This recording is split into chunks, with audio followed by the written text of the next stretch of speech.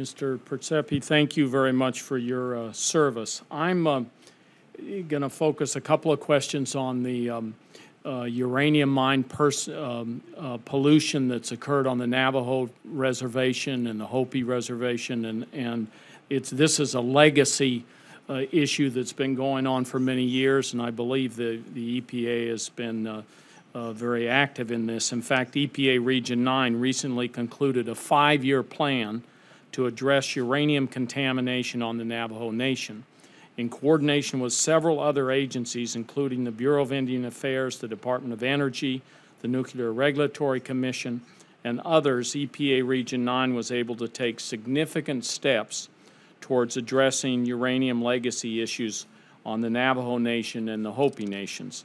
It's my understanding that EPA is coordinating with other agencies to identify next steps in cleanup of uranium contamination and expects to have a new 5-year plan for this region put together by this coming fall.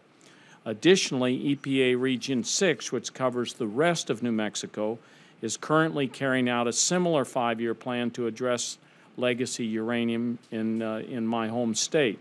I appreciate the agency for taking these deliberate steps to address this important public health and environmental issue. And my question is, will Region 6 and Region 9 have adequate resources under this budget to continue these long overdue cleanup projects to address this toxic Cold War legacy? The short answer is yes. The little bit of context is we're very proud of how we've moved forward on these legacy issues in the last 5 years, and we think that they are important and must be dealt with. And I'm very happy with the coordination between the state, the tribe, Bureau of Indian Affairs, the other agencies, as you've pointed out, as well as between the EPA regions. And the only asterisk I have to put on that, and I'm not trying to make a statement here, I'm just telling you it's a real asterisk that you and the Appropriations Committee have to think of. If there is a sequestration in depending on how that falls down, there could be some impact on some cleanup projects. We've already had impact on cleanup projects this year because everything was cut by 5%. But with that asterisk, we expect to have the funding in this budget to be able to move forward on the first part of that 5-year plan. Great, thank you. And I think your answer emphasizes the fact that sequestration really hits some long-term projects in a significant way, and I don't want to see that happen because I believe that this is a project, as I said, long overdue, has to be completed, and it's on a good track now, and we shouldn't have to see it set back. A question on brownfields. Last month I joined Senator Lautenberg, Senator Crapo, and Inhofe to introduce the Brownfields Utilization Investment and Local Development Act. We call it the BUILD Act. This legislation would modernize and improve key elements of EPA's Brownfields program. Since 2002, the successful program has funded the rehabilitation of abandoned and polluted properties to increase safety and attract new businesses to communities. In New Mexico, we have great success stories like the Santa Fe Rail Yard and the old Albuquerque High School. 2 areas were revitalized from hazardous areas to become economically productive and important cultural spots. I'm concerned about the cuts to the Brownfields program. This program leverages valuable private investment and pays dividends to economic prosperity. Do you agree that there are more productive projects out there than this funding level will support? And if so, does EPA see any ways to help these limited dollars go farther?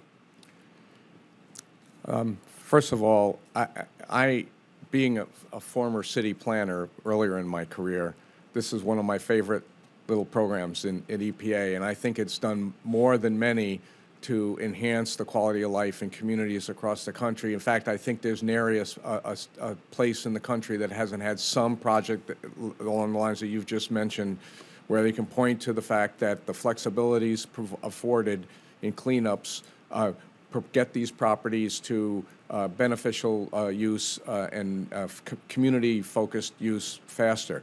One of the things that and it is oversubscribed. I just have to say it's oversubscribed. One of the things that we've been doing in the last several years through an agreement with the Department of Transportation and the Department of Housing and Urban Development, the Sustainable Communities MOU between the three agencies, is to look at how we can pool our resources in some of these communities. So it we may take a little longer to perhaps do a brownfields project, although we're working on it.